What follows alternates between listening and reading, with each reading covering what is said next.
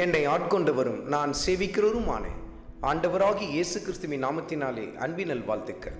கிறிஸ்து இயேசுவுக்குள் மிகவும் பிரியமான அன்பு சகோதர சகோதரிகளே, குடும்பம் என்பது கர்த்தர் ஏற்படுத்தின ஆச்சரியமான ஒரு ஆசீர்வாதமாய் காணப்படுகிறது பாருங்கள். அதிலும் மிக முக்கியமாய் கணவன் மனைவி என்கிற பந்தம் எவ்வளவு ஆச்சரியமானது, எவ்வளவு அருமையானது பாருங்கள். கணவன் மனைவிக்குள் இருக்கிற அந்த ஐக்கியத்தை கர்த்தருடைய ஆவியானவர் பல காரியங்களோடு கூட ஒப்பிட்டு காட்டுவதை நாம் பார்க்க முடியும். அதில் மிக முக்கியமாய் கர்த்தருடைய ஆவியானவர் அதை எதோடு கூட ஒப்பிட்டு காட்டுகிறார். மல்கியா தீர்க்கதரிசன புத்தகத்தில் 2வது அதிகாரத்தில் 14வது வசனத்தை குறித்து கொண்டு தியானித்து பாருங்கள். உன் உடன்படிக்கையின் மனைவியும் ஆகிய என்று சொல்லி எழுதப்பட்டிருக்கிறதை நீங்கள் பார்க்க முடியும். அப்படி என்று சொன்னால் கணவன் மனைவிக்குள் இருக்கிற அந்த ஐக்கியம் ஒரு உடன்படிக்கை என்று சொல்லி கர்த்தர் சுட்டி காட்டுகிறார். தேவன் நம்மோடு கூட உடன்படிக்கை செய்திருக்கிறார் அல்லவா? அப்படிதான் கணவன் மனைவி இந்த இருவரும்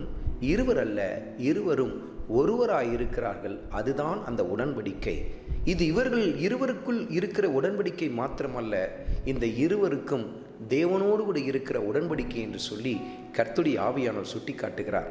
அருமையான மகனே, அருமையான மகளே, உன் கணவனிடத்தில் அல்லது உன் மனைவியிடத்தில் தேவையில்லாத கூச்சல் குழப்பங்களுக்கு உட்பட்டு சண்டை சச்சரவை வளர்த்து கொண்டே இருக்கிறாயா? சமாதானத்தை கெடுத்து கொண்டே இருக்கிறீர்களா? சில குடும்பத்தில் நாம் பார்க்க முடியும், ஓயாத சண்டை சச்சரவுகள் இருந்து கொண்டே இருக்கும்.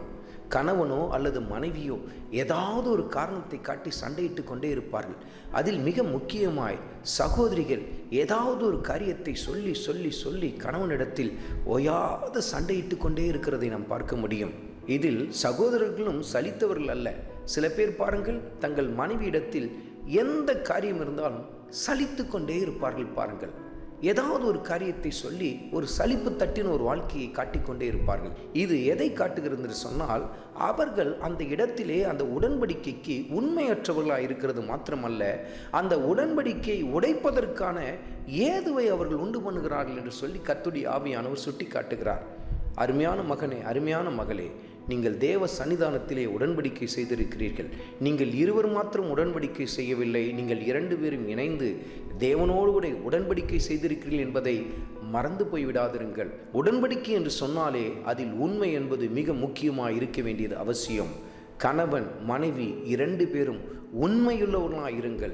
உங்கள் கணவனுக்கு தெரியாமல், உங்கள் மனைவிக்கு தெரியாமல் எந்த காரியத்தையும் செய்யாதிருங்கள். அது மாத்திரமல்ல, உங்கள் கணவனுக்கு தெரியாமல், உங்கள் மனைவிக்கு தெரியாமல் எந்த நபரோடும் உங்களுக்கு தேவையற்ற எந்த விதத்திலும் தொடர்பு இருக்கக்கூடாது என்று சொல்லி கர்த்தருடைய ஆவியானவர் சுட்டி காட்டுகிறார். ஏனென்றால் இவைகளெல்லாம் தேவனோடு நீங்கள் செய்திருக்கிற உடன்படிக்கை உடைத்து போட்டுவிடும் என்று சொல்லி கர்த்தர் சுட்டி காட்டுகிறார். அருமையான மகனே, அருமையான மகளே, நீங்கள் தேவ சன்னிதானத்திலே தேவனோடும் உங்களுக்குள்ளும் உடன்படிக்கை செய்திருக்கிறீர்கள். அதில் உண்மையுள்ளவர்களாக இருங்கள் என்று சொல்லி கர்த்தருடைய ஆவியானவர் சுட்டி காட்டுகிறார். சமாதான கர்த்தராகிய ஆண்டவர் இயேசு கிறிஸ்து உங்கள் குடும்பத்தில் ஆளுகை செய்வார். ஆண்டவராகிய இயேசு கிறிஸ்துவின் கிருபை உங்கள் அனைவரோடும் கூட இருப்பதாக. ஆமென்.